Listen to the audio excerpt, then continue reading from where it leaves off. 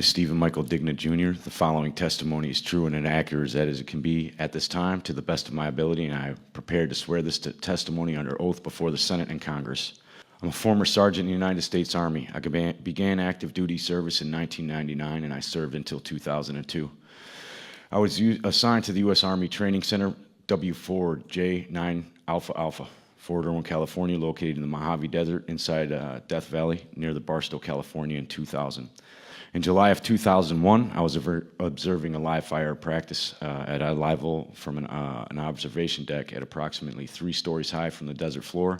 I saw a craft in the distance at approximately 200 feet off the ground, measuring approximately 172 feet across, strongly resembling a hovering B-2 Spirit.